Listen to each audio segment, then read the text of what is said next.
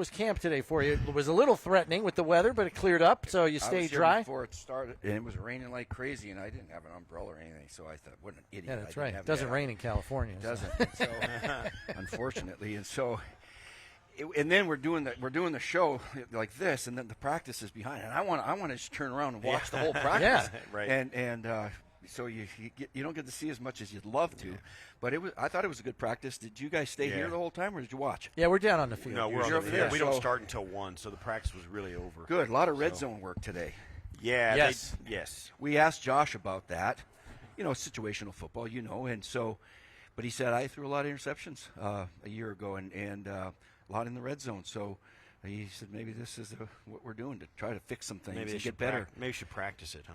They're practicing it. So there was a lot of work. Even individual routes were against air were red zone throws. Yeah, How much have you traveled? Go ahead. I was just going to say, you mentioned the turnovers, and this was a 13-3 football team that was second in the league in turnovers with 27. And second in the league in drop passes with 32. Yeah, I think. And they were still 13-3. Yeah. So you cut both of those categories in half. In scoring, if they can trim that down, I mean, look how good they can be. Where have you've been traveling? Where have you been? This is my second camp. I went to Kansas City Chiefs camp. They're at a university, Missouri Western. It's a situation like this. I think Andy said they're going to stay there for 30 days, for crying out loud. Who wants to be in camp 30 days? Wow. But the Bills are 16 days or something like that. Did you like going away? It has its advantages. I was telling him, you know why I think it's better for a veteran team? If you got veterans, I was on a veteran team, the veteran guys need to go away to camp, because if they stay at home and they're living in the house, they got kids, they got garbage to take out, they got dishes to put in the dishwasher, mow the lawn. They're putting the kids to bed, it's bath time, they got, you know what I mean? Not spending that time with their team. Yeah. It's different. I think it's more valuable for veteran guys than it is even for the young guys to go away. That's an interesting take. I think they get a little more time off now too. Yesterday was completely off. No doubt. Yes. So if you're in a different state, man, what are you gonna do? Yeah. A lot of them like to travel home. Most of them are single, right? Yeah. But there's everybody has a nice facility now that they could probably just stay there if they wanted to. But some old school coaches like to say, hey, let's get away and bond a little bit and eliminate some of that distractions that you're talking about. Well, it's hard to. The Chiefs and the Bills do it. It's hard to argue with the results. Really, yeah. They do well. What did you like doing as a coach? What did you subscribe to? Did you kind of like that going away thing? Do you because you had a veteran team too. When I was coaching in Green Bay, we stayed there right in St. Norbert's College, which is a couple miles away from the facility. Oh, okay. So we even had our meetings over there in the stadium area. Oh, okay. When I was with the Niners, we went away to Rockland, which was a couple-hour drive away, which was interesting, But days off, boy, if gentlemen start your engines, they all went home, Right. When I was in Detroit, we just stayed right there at the facility. So there's pros and cons about each one, but the trick is just get the work done, try to stay healthy. Going away and then having to transport all your computer stuff, all your weights, all your staff. You don't just pack an overnight bag. You pack up semi-trailers full of stuff. It's a big move. It's like the Taylor Swift concert. There's like 52. There's like 52 semi-trucks roadies and everything that travel, and you might. One of the things about everybody notices now, particularly old guys like us, like me. You go out. It used to be, and I'd come in. We were in West Texas with the Oilers, and there's 2 solid weeks of pads in the morning, pads in the afternoon, pads in the morning, pads in the afternoon, pads in the morning, pads in the afternoon. By the fifth day, they're like this. They're leaning. They're like this. And what I notice now, and one of the positives I noticed, we were just talking about this on the show. From the first practice now in week 6 or day 7 of the camp. The pace of practices is off the charts. They go fast all the time because they're fresh. I mean, one practice a day. These guys work out harder than they in the off season. Some of them than they practice here. So the pace of practice seems to me to be really fast all the time, and I'm sure it is the same at other teams too. It should be. You give back the physical punishment, but you do take in pace. The speed and the pace of practice that raises because of the physical punishment isn't there. And on many levels, it's just better this way, right? We're trying to keep players healthy, and we're trying to practice fresh. We're trying to get something done without overworking them, maybe have more meetings and walkthroughs, and so it's the smart thing to do. Some teams did it that way, and I was part of that too when I was a young assistant coach. pads after pads after. Pretty soon you're just beating them down. It was a matter of survival. Right. And then the concept there, I guess, was, hey, we're gonna just condition like crazy, and if you can survive this, they can do anything, right? And it worked, but we learn now that we have fewer injuries, fewer concussions, fewer ACLs, doing it this way. Yeah. So hey, let's have some fresh teams that play and participate and increase the longevity of these players' careers. I think it's a smart thing. And even better, old players like me and you can go out and complain about how easy they've got it. It makes it sound crusty. We do. Yeah, I know. It's like these off season. We used to bring our quarterbacks in March. In March, these guys are in Tahiti. They're just messing around, and we used to be in quarterback school. They don't care like we say, cared. We cared more. I want to ask you this, Coach, because if memory serves me, you did as a head coach call plays, right? When you were head coaching. Yeah. Yeah. So that's what Sean McDermott is undertaking here as the DC as well, wearing both those hats. What do you feel is the biggest challenge when you take that on in addition to being a head HC? I'll tell you, it's a thing, okay? Mike McCarthy's doing it now. He called forever, and then he gave it up to Kellen Moore, and now he's taking it back. Right. And that adds a lot of hours to your preparation because it's a whole new role that you have. Now, the head coach always had veto power, and he would listen in and suggest, that kind of thing. But with Sean McDermott, he's been around a lot of good defensive coordinators and defensive play callers. But for me personally, I really, really wanted to have another guy call the plays. Okay. I loved it when I was a coordinator in college. I loved it my first year in San Francisco, all that kind of thing. But you know what? I got sidetracked too much. I'm yelling at officials, and I'm doing this and that. Call the play, Mooch. I got timeout because I'm yelling to him. Right. And so I want a guy that's all he focuses on is the offense, and preferably up in the box where it's quiet, right? Because it's chaotic down there. But here comes Sean. Now he's going to add that to his repertoire of obligations, and I'm sure he'll be good at it. But he's going to have to kind of separate himself a little bit from the offense and challenges and timeouts and some of those things that he's responsible for in a complete game when the offense has the ball. He might be sitting on the bench with his linebackers. Right, that's what I was saying, too. One of the guys, I can't remember the coach it was, but they were asking him why, you don't call – are you going to step in and call the plays? He's, listen, I'd like to, but listen, if I'm calling the defensive plays or the offensive plays and I got to talk to my quarterback or my middle linebacker, I got my back to the field. Yeah. I got to go talk to the guy, and I can't be the head coach. Yep. And it's a tough call to make. And plus the preparation, putting together a play call sheet on either side of the ball. It's time-consuming. It's really time-consuming. Yeah. Let me give you a tidbit here. Want to go way back? Jerry Glanville. Sure. Huh? I know Jerry's Jerry's a friend of mine. He coached. So when he coached the Atlanta Falcons, he called the offense. Steve, he called the defense. It doesn't surprise me. And he called the special teams doesn't plays. surprise me. Reverse. He called everything.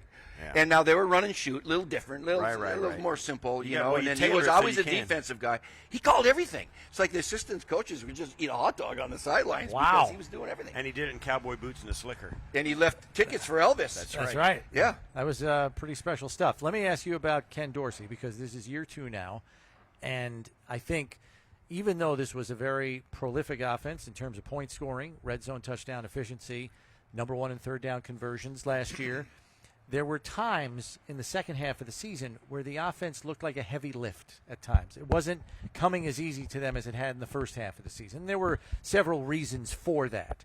But now, and I know you probably didn't get a great look at Kincaid today, but he's been the story of camp. He is going to provide easy button answers in the passing game for Josh, much the way Cole Beasley had done. And then James Cook as a dynamic weapon out of the backfield, along with the receiving core that they already have. How can Ken Dorsey in year 2 maybe morph and change things ever so slightly to maybe give them even greater options and maybe safer options for Josh to maybe avoid some of those turnovers you were talking about at the top? Experience is such a great teacher, and so with Ken having gone through it already, getting his feet more than wet, he's going to be able to draw on things because it's going to be up and down. It always is. Nothing ever is perfect and smooth, right? Mm-hmm. They're going to have some players to replace and use backups and do this and alter game plans and whatever that is. Having had some experience, he'll be able to better adapt and make some changes and make some decisions when those things arise. Now, with Kincaid and Knox, when you have 2 tight ends like that, 12 personnel, Steve, right? You can do a lot with that because I know Bill Belichick loved it in his career over there when you have 2 capable guys, because you can put 12 on the field on certain downs, and the defensive coordinator, they have to decide how to match to that. That's right. Do you keep your base defense on the field, or do you play nickel? And when you have a Kincaid that can play in the slot and play wide receiver like he does, that's a passing personnel group. Or can he come on in and play a little smash mouth? Right. The difference is, can your offense with those 2 guys on the field make them pay for their decision, whichever it is? We're getting to be so much check with me and so many couple plays packaged at a time. You know, I can see them coming out and saying that we're gonna come out in 12, and if they're in nickel, we're going to play some smash mouth. We're going to check to some runs against a 6-man front, a light box, and if they're bunched up in there, we're slinging that thing. And so there's a lot of variables there, and so we'll see what happens. You know, they lost a couple of receivers with Jamison Crowder and Isaiah McKenzie and Singletary, and you know, with running back there, and so there are some. Damian Harris is a good get. Yeah, right? and that kind of speaks to some of what you're talking about with 12 personnel, because, okay, now you got these 2 tight ends that are potential passing weapons but can block, and then from guard to guard, they got considerably bigger. Osiris Torrance, Connor McGovern. They even got David Edwards, the 3-year starter with the Rams. Yeah. He might be a backup here. Big guys, 320 pounds, guard to guard. And then they got Damian Harris and Latavius Murray in the backfield. Yeah. You put one of those guys out there with 12 person. Yeah, you get a light box. Let's go. And so that, I'm sure that's going to be part of their plan. And we had Deion Dawkins and Mitch Morris over there for interviews. Man alive.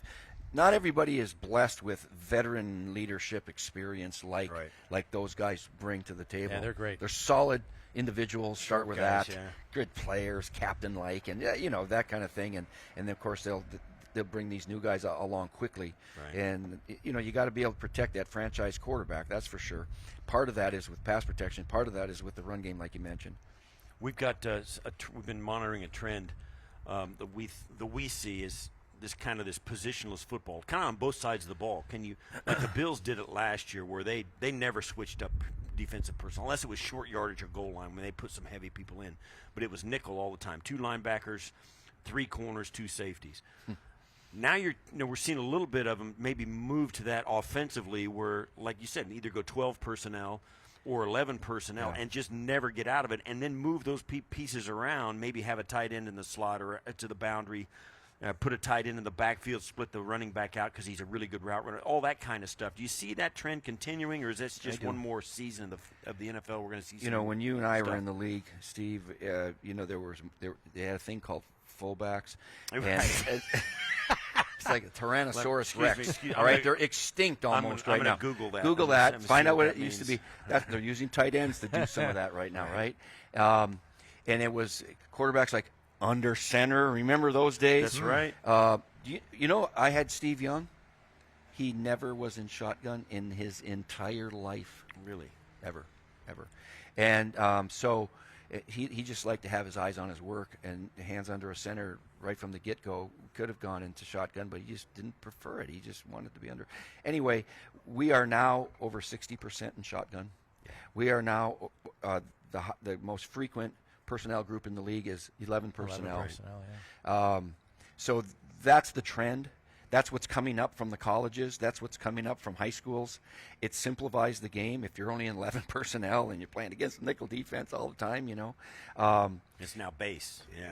They call nickel base. Nickel's base. That's nickel. No, it's base. This team that's what's played on the it field. 95% of the time. That's crazy. Yeah. And Leslie Frazier never came out of it. It's crazy. And so if I'm playing against that concept, you want to say, okay, I'm going to bring my heavy guys in here and play a little smash mouth. We'll see if these light guys, these safeties, and these nickel linebackers can hold up against this. So it's just chess match. A lot of it has to do with your personnel, right?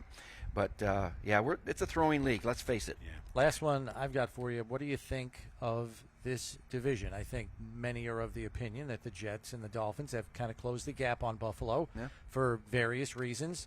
And the Bills are kind of under the radar. They're not the sexy pick this year like they were last year.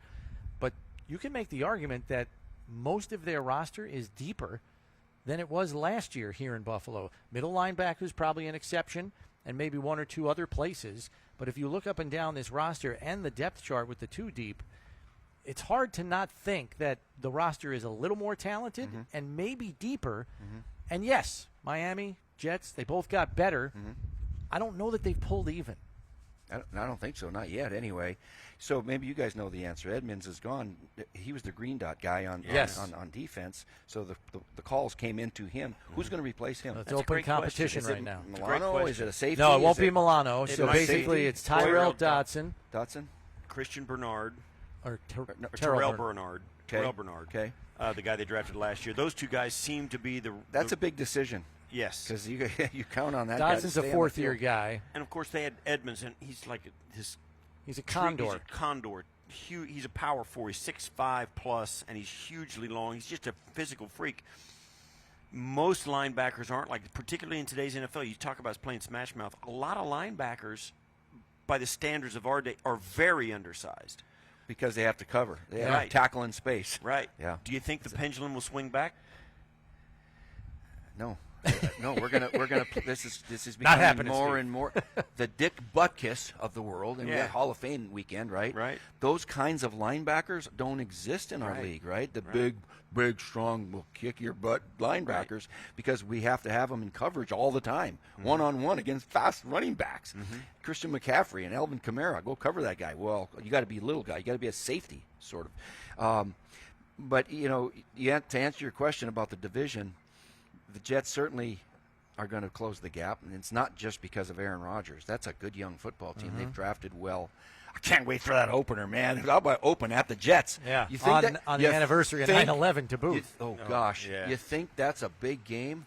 Because that win or loss is going to have playoff implications day one on that game because it's huge. And so and then Miami's a good team. Speed, it's like a 4x100 relay team over there. Yeah. And let's hope Tua stays healthy.